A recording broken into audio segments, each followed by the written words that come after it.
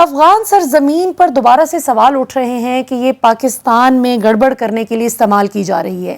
آپ اس حوالے سے کس طرح چیزوں کو دیکھتے ہیں اور کیا حل ہے؟ I think Afghanistan is very very critical issue Pakistan کے لیے بنا ہوا ہے.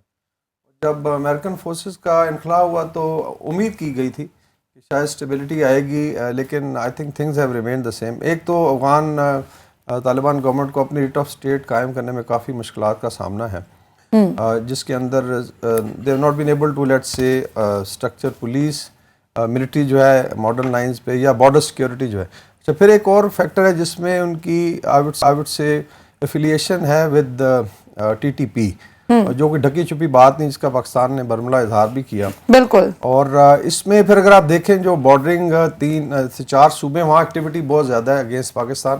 اوپر سے آپ شروع کریں، کنڑ ہے، پھر ننگرہار ہے، پھر پکتیا اور پکتیکا.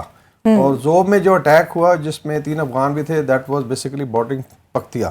تو مینس کہ وہ جو پیٹرن ہے، چاہے وہ لیٹ سے خیبر ایجنسی میں ہوتا ہے یا کے پی کے ارسوائل فاٹا میں یا بلوچستان میں، یہ انہی 4 اسٹیٹس میں سے یا اس کے صوبوں سے ہو رہا ہے. اس بارے میں آئی تھنک بڑی انگیجمنٹ کی گئی، اور افغانستان کو جو ریمائنڈ کرانے کی ضرورت ہے وہ یہ ہے کہ in terms of diplomatic support, ابھی آپ دیکھیں کہ کوئی ایمبیسی نہیں ہے. دوحہ میں پرابلی ایک آفس ہے، دے آر ناٹ ریکگنائزڈ.